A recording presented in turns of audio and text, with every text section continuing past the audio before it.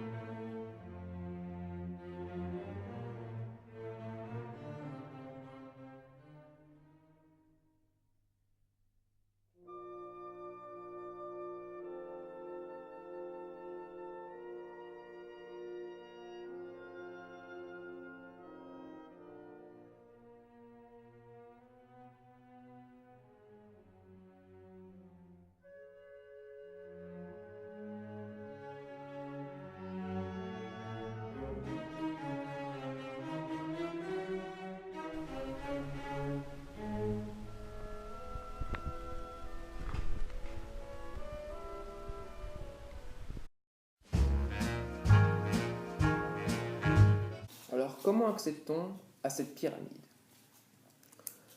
Alors, la pyramide se situe à 8 km du centre. Pour se rendre à cette pyramide, il faut se rendre à Falicon sur l'aire Saint-Michel. Dès lors, un petit sentier nous conduit directement à la pyramide. Donc, munissez-vous de bonnes chaussures, car le sentier est assez difficile. Une fois arrivé à cette pyramide, pour descendre dans la grotte, munissez-vous de petites lampes de poche afin d'éclairer. Les cordes étant déjà présentes, il faudra faire attention car elle n'est pas vraiment sécurisée. Je vous ai mis un plan afin de vous repérer et voir approximativement où elle se situe.